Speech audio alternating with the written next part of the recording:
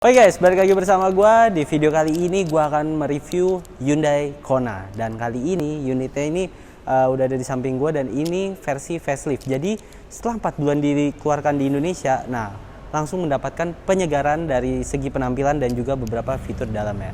Langsung aja kita lihat lebih detail seperti apa sih mobil ini. Yuk.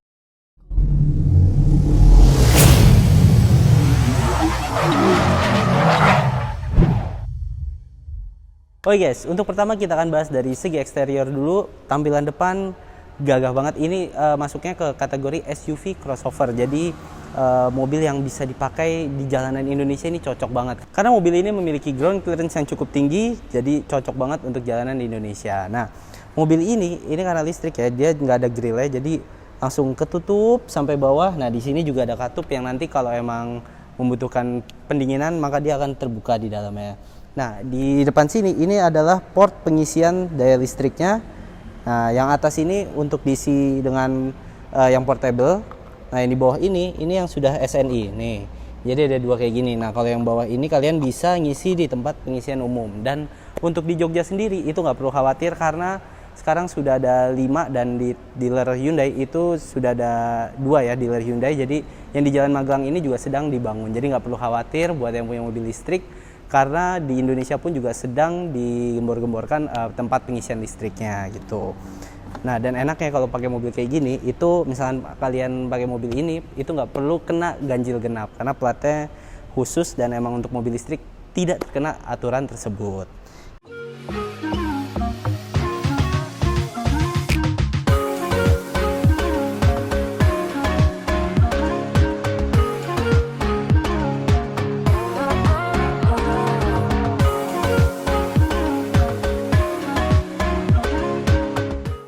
Lanjut ke bagian samping, kita bahas terlebih dahulu untuk desain velg nih.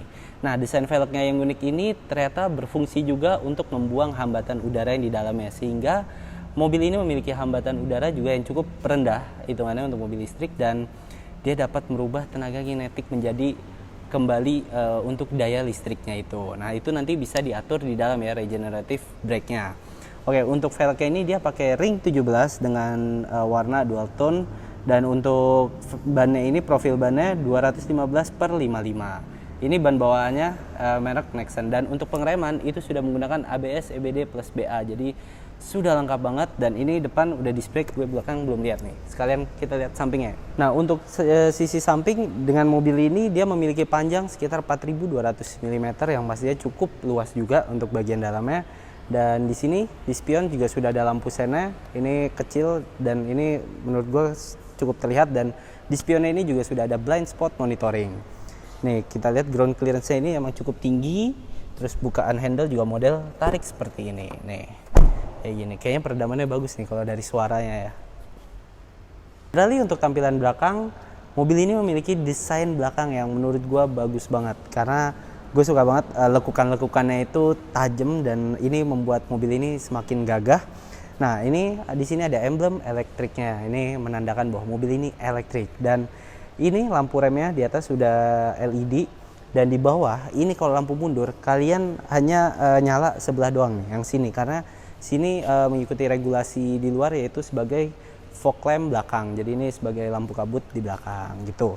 Nah, ini kalau kita cari ya nggak ada knalpot karena ini elektrik. Dan di mobil ini juga sudah ada 4 buah parking sensor untuk bagian belakang, dan juga di depan juga sudah ada. Jadi buat kalian yang belum terlalu biasa dengan parkir untuk ancang-ancang depannya, nah ini mobil ini aman banget. Dan juga sudah dilengkapi rear kamera parkir. Nah, ini juga sudah ada wiper belakang dan sudah ada rear defogger juga. Lalu untuk antena sudah menggunakan shark fin. Ini juga udah ada spoilernya dan sudah dilengkapi dengan third stop lamp. Sekarang langsung aja kita cek sektor bagasinya nih. Nah, bagasinya ini enaknya juga sudah dilengkapi dengan tray atas, jadi sebagai pemisah barang bawaan di bawah dan di atas, dan juga berfungsi untuk melindungi privacy bagian barang yang ada di bawah, jadi sehingga tidak terlihat dari luar. Walaupun ini kaca film bawaannya sudah menurut gue udah cukup gelap juga. Dan di bawah sini ini merupakan charger portable-nya. Jadi ini setiap pembelian Hyundai kalian pasti bakal dapat, dan ini bentuknya seperti ini. Nanti akan gua kasih lihat detailnya kayak gini. Dan karena ini mobil elektrik, jadi tidak ada ban serep karena rata-rata mobil elektrik memang sudah tidak ada, sehingga di mobil ini sudah diberikan kompresor untuk mengisi angin yang ada di ban ini dan juga toolkit untuk kalian saat menambal bannya. Jadi tidak perlu ban serep dan ini menge-save tempat juga beban dari mobil ini. Berat bersih dari mobil ini kalau berat kosongnya itu hanya sekitar 1593 kg. Oke, untuk kapasitas bagasi ini bisa gue bilang bukan terbesar di kelasnya, tapi cukup juga untuk kebutuhan sehari-hari. Kayak ini kalau ngangkat buat bawa 2 koper itu cukup, dan untuk baris kedua itu bisa dilipat rata seperti bagasi juga. Jadi kalau kalian butuh untuk bawa barang yang cukup besar itu tinggal dilipat ke depan dan itu jadi rata seperti bagasi. Oke guys, sekarang kita lanjut ke bagian interior. Untuk interior kameranya gue pegang sendiri aja biar kalian lihat secara lebih detail. Nah, kita mulai dari door trim dulu. Ini masih hard touch dan ini udah ada tweeter, dan bagian soft touchnya hanya di sini. Ini pengaturan power window. Nah, ini terus ini juga untuk spion. Udah ini untuk door locknya. Dan ini udah auto folding ya untuk spionnya. Nah, lalu di bagian sisi kanan setir ini sudah ada pengaturan parking sensor untuk lampu, terus HUD-nya juga, dan juga vehicle stability control-nya. Nah, nanti akan kita coba. Ini mending kita nyalain aja. Nyalainnya dari sini. Woi, emang gak kedengeran ya? Udah nyala apa belum? Kita nggak tahu. Oke, jadi untuk di tengah ini head unitnya, lalu kisi AC ada 2 di tengah, dan ini pengaturan AC-nya. Ini udah ada climate control, dan ini bisa diatur driver only. Jadi kalau kalian mau hemat daya, misalkan berkendara sendiri, nah ini bisa kalian pakai mode driver only. Ini ada front defogger, rear defogger, dan juga heaternya nih. Ini tombol-tombolnya untuk pengaturan climate-nya. Ini kecepatan anginnya. Dan di sini ini udah ada tempat buat charging pad nih. Ini kita coba pakai HP gue. Gue nggak tahu nih HP-nya bisa apa enggak. Kayaknya HP gue yang belum bisa. Ini Samsung belum bisa. Tapi untuk HP-HP yang udah support itu enak banget. Jadi kalian nggak perlu colok-colok kabel, tinggal taruh HP kalian di sini dan itu udah terisi baterainya. Nah, buat yang belum bisa charging pad, nah ini kalian bisa pakai soket USB. Ini soket USB juga ada banyak ini. Di bawah sini juga ada soket USB. Ini jadi sangat fungsional. Oke, dan yang menarik di mobil ini yang pengen gue tunjukin, ini udah menggunakan shift by wire. Jadi untuk transmisinya kalian cuma tinggal pencet-pencet aja. Ini PRND, dan juga ini e-brake-nya ada di sini. Nah, ini remannya. Dan di sini ada 2 buah cup holder. Lalu di tengah sini ini ada tempat kisi pengaturan buat joknya. Ini ada ventilated jok dan juga ada heaternya. Ini enak banget nih. Terus ada driver mode, auto hold. Wah, gila sih, ini enak banget nih mobil. Di sini juga ada tempat penyimpanan, lumayan dalam. Tuh, lumayan enak kan? Di sini juga ada tempat penyimpanan lagi. Dan ini udah soft opening, gila. Nih, ini juga udah ada spion dan lampu baca ya. Ini warna putih. Tapi untuk di sini, di vanity mirror ini lampunya masih kuning nih. Sayang juga sih sebenarnya, kenapa nggak sekalian putih. Nah, ini udah ada sunroofnya nih. Jadi dan sunroofnya ini itu nggak silau, dia kayak udah ada kaca filmnya. Jadi kalau siang hari itu kalian nggak ditutup kayak gini. Nah, ini udah nggak perlu takut untuk kepanasan karena ini udah lumayan gelap juga kaca filmnya. Sama seperti kaca film di sisi kanan kiri itu juga lumayan gelap. Oke, untuk posisi mengemudi ya, ini legroom enak, dia cukup lega, dan pengaturan jok juga sudah elektrik.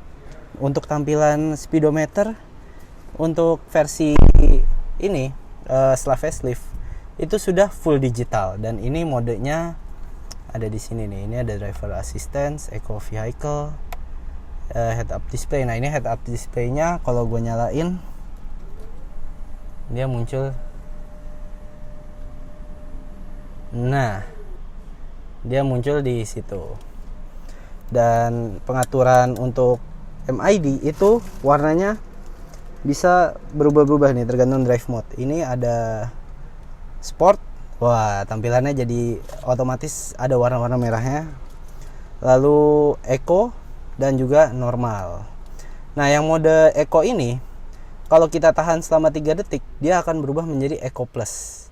Dan ini AC-nya itu akan otomatis mati gitu untuk eco plus. Jadi ini gue saranin sih kalau pakai eco plus tuh kayak di daerah yang dingin yang kalian nggak perlu AC, nah kalian bisa gunain eco plus. Wah ini joknya berasa dingin.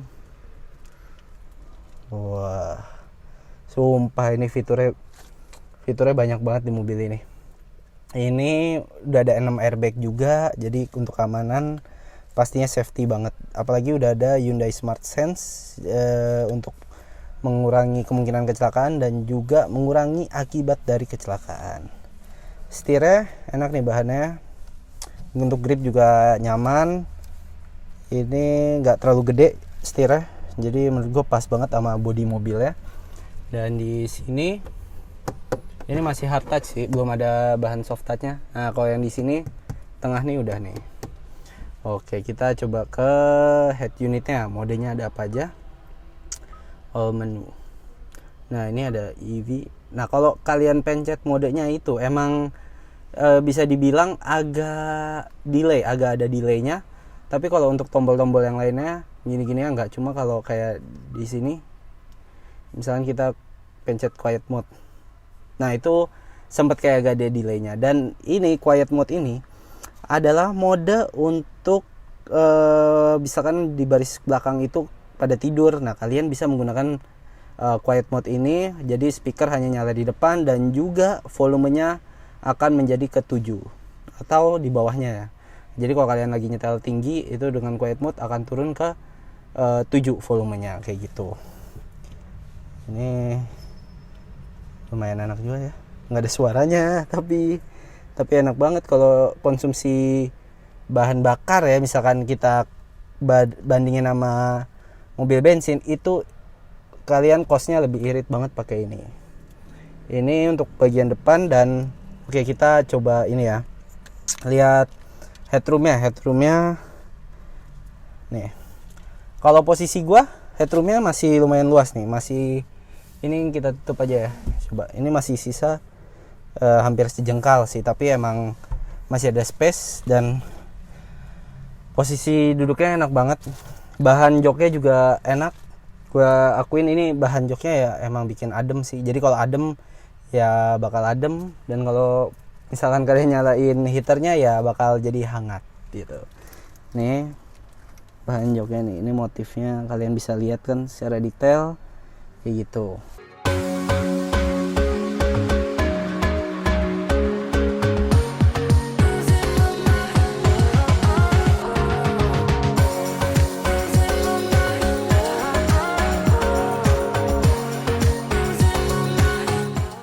Lanjut untuk baris kedua, legroomnya ini bisa gue bilang nggak terlalu sempit dan nggak terlalu luas, jadi cukup normal. Dan di bawah sini ini ada soket buat USB juga, jadi untuk belakang mau ngecas nggak perlu khawatir. Dan ini ada tempat penyimpanan juga. Ini baris ketiga juga ada ini handrestnya nih, terus ada 2 buah cup holder juga. Dan ini kalian bisa duduk untuk bertiga. Menurut gue bertiga aja bisa dibilang masih nyaman. Tapi kalau emang mau nyaman banget ya berdua aja. Dan door trimnya ini masih sama, ada soft touchnya juga nih di bagian dekat handle, dekat ini nih. Ini soft touch, terus ini handle-nya warna chrome. Ada tempat penyimpanan lagi, ada speaker. Wah, lengkap ya, tempat penyimpanannya banyak. Ini juga ada nih, cuma masih diplastikin. Lalu untuk headroomnya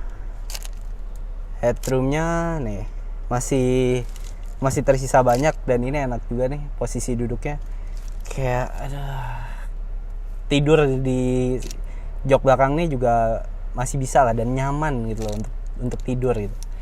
Posisi headrestnya juga ini tingginya bisa diatur, bisa di adjustable. Dan untuk ini, nah ini seat beltnya juga udah ada height adjusternya, jadi bisa diatur. Kalau yang belakang ya nggak bisa. Oke, kayak gitu sih kalau dari interior. Dan menurut gue dengan mobil listrik 700 jutaan, kualitas interior serta kenyamanan di dalamnya worth it banget. Oke, sekarang kita lanjut untuk ke kesimpulannya dari mobil ini. Seperti apa sih kesimpulan dari gue? Karena gue belum sempat test drive juga, jadi ini hanya first impression atau review secara singkat aja. Oke, sekarang kita akan bahas untuk bagian performa dari mobil ini dan juga daya baterainya. Nah, untuk di depan ini tetap ada mesinnya, nggak beda sama Tesla. Kalau yang kalian lihat depan belakang itu nggak ada kayak ginian. Nah, ini dia dinamonya di depan sini dan juga terdapat baterai kecil untuk cadangan nih. Jadi ini seperti bentuknya emang seperti aki, tapi ini baterai cadangan ternyata setelah gua kulik informasi. Dan kita bicarain dulu tentang engine bay-nya. Oke, engine bay, kap mesin ini tadi gua ngeliat cukup ringan dan ini udah ada peredam juga. Di bagian dalam situ juga ada peredam firewall-nya gitu. Nah, kalau di sini ini bisa dibilang mesinnya posisinya cukup turun dari engine bay-nya gini. Dan ini tapi aman banget, udah didesain seaman mungkin kalau kalian melewati genangan yang cukup tinggi. Nah, itu tetap aman di mobil ini. Dan untuk daya baterainya di mobil ini tuh 39,2 kWh yang mampu menempuh sekitar 305 km. Jadi mobil ini kalau secara perhitungan dengan menggunakan tes secara internasional itu dapat menempuh sejauh 305 km. Dan untuk pengecasan ini terdapat 3 metode. Itu kalau yang pakai portable itu waktunya 11 sampai 12 jam. Terus kalau secara kalian di tempat pengisian umum itu hanya 45 menit atau 48 menit dari habis sampai full. Dan juga kalau misalkan kalian mode fast charging itu 4 sampai sekitar 7 jam, itu bisa 4 sampai 5 jam, ya itu sekitar segitu. Dan ini mobil ini dapat menembus ke 0 ke 100 itu sekitar 9,9 detik. Jadi akselerasinya kalau mobil elektrik emang nggak bisa diragukan sih, pasti cepet banget. Dan torsinya itu 395 Nm. Dan kalau daya kudanya itu kalau dihitung 134 daya kuda dari mobil ini. Pastinya cukup mengesankan lah dengan mobil bobot yang sekecil ini, seringan ini, tapi powernya gede banget gitu.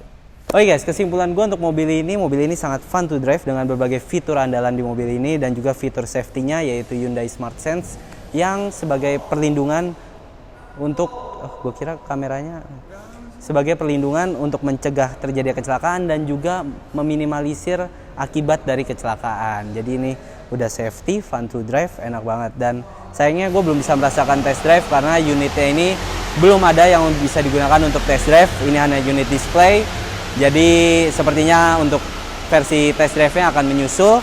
Dan untuk harganya di Jogja ini 711 juta.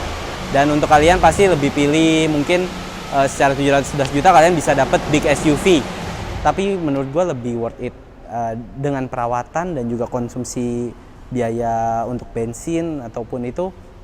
Kalau gue ada duit gue lebih pilih ini sih. Karena dihitung-hitung biaya untuk ngecasnya dan listriknya itu masih worth it dibanding kalian ngisi bensin gitu. Dan juga perawatannya untuk baterai ini garansi sampai 8 tahun dan juga free maintenance sampai 5 tahun. Jadi Hyundai berani menjamin baterainya ini selama 8 tahun. Dan itu aja guys yang mungkin bisa gue jelasin. Dan thank you juga buat Hyundai Jogja yang udah ngizinin gue untuk first impression dan review singkat mengenai Hyundai Kona ini.